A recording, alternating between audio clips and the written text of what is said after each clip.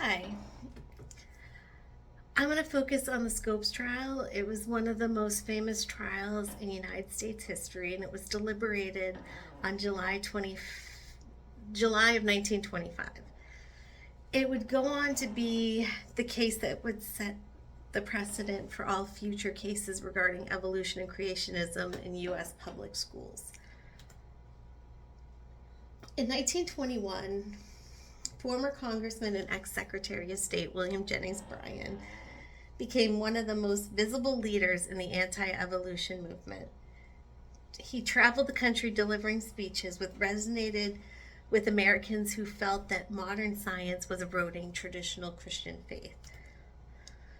On January 21, 1925, the Tennessee House of Representatives, led by John Washington Butler, introduced a bill that would prohibit teaching of any theory that denies the story of the divine creation of man as taught in the Bible, and to teach instead that man has descended from a lower order of animals.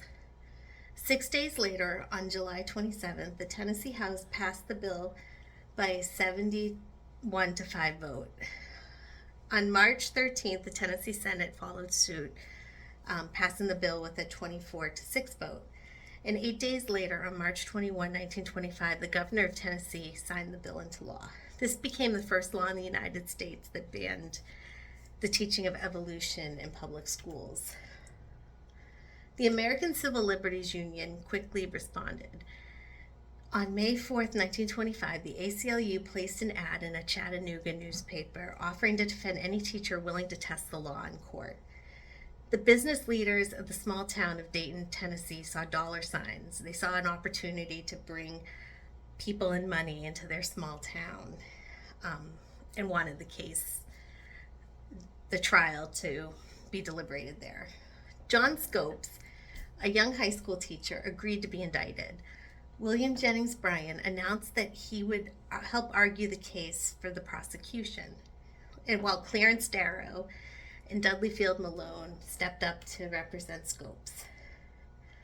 When I looked up newspapers in the Library of Congress's Embracing America database, I was curious to see how the trial was covered in my home state of Maine. I found 35 results. 33 of them were with the Kennebec Daily Journal, which is the newspaper for Augusta, our capital. There was one result for the Portland Press Herald and one result in my small hometown paper, the Ellsworth American. Most of the coverage in Maine came in July of 1925 when the case was being deliberated. The Ellsworth American's July 22nd, 1925 edition offered a bit of a humor story. One of our citizens caught a sculpin yesterday, and will forward it to William Jennings Bryan and Clarence Darrow to be used as evidence in the Scopes trial.